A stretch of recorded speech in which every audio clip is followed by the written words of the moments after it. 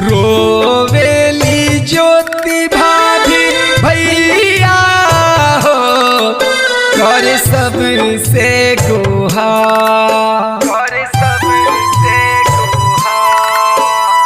मांगी ले ज्योति भाभी भैया हो, अपन चेहरा पसार। मांगी ले ज्योति भाभी भैया हो, अपन चेहरा पसार, करे सबसे गुहार।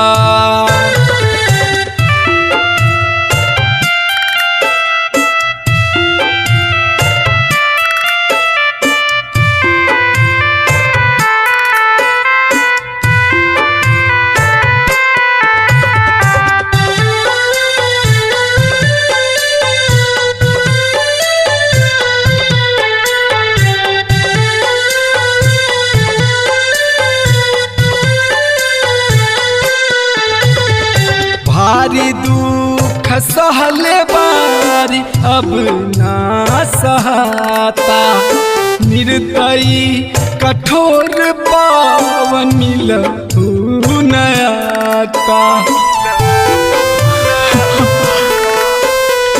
भारी दुख सहले बारी अब ना सहाता, निर्दयी कठोर पावन मिलहू नयाता।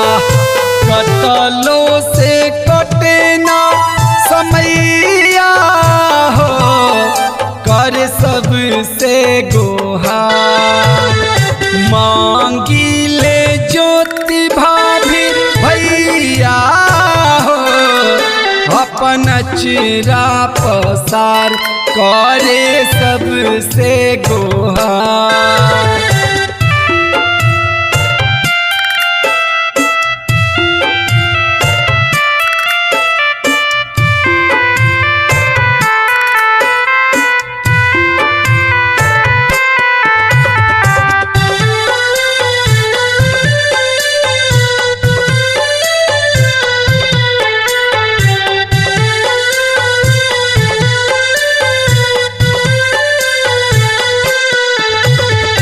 ढेर साल से छोड़ले बार इनका पति देव हो, कोर्ट अदालत में चलता केस हो।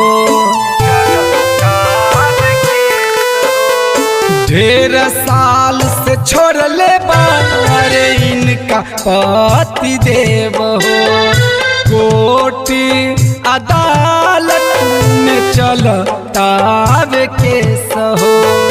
तो कहे चुनाव में बुलावाले हो, कर सबसे गुहार। मांगी ले ज्योति भाभी भैया हो, अपना चेहरा पसार, करे सबसे गुहार, अपन चेहरा पसार। झकास रिकॉर्डिंग स्टूडियो समस्तीपुर।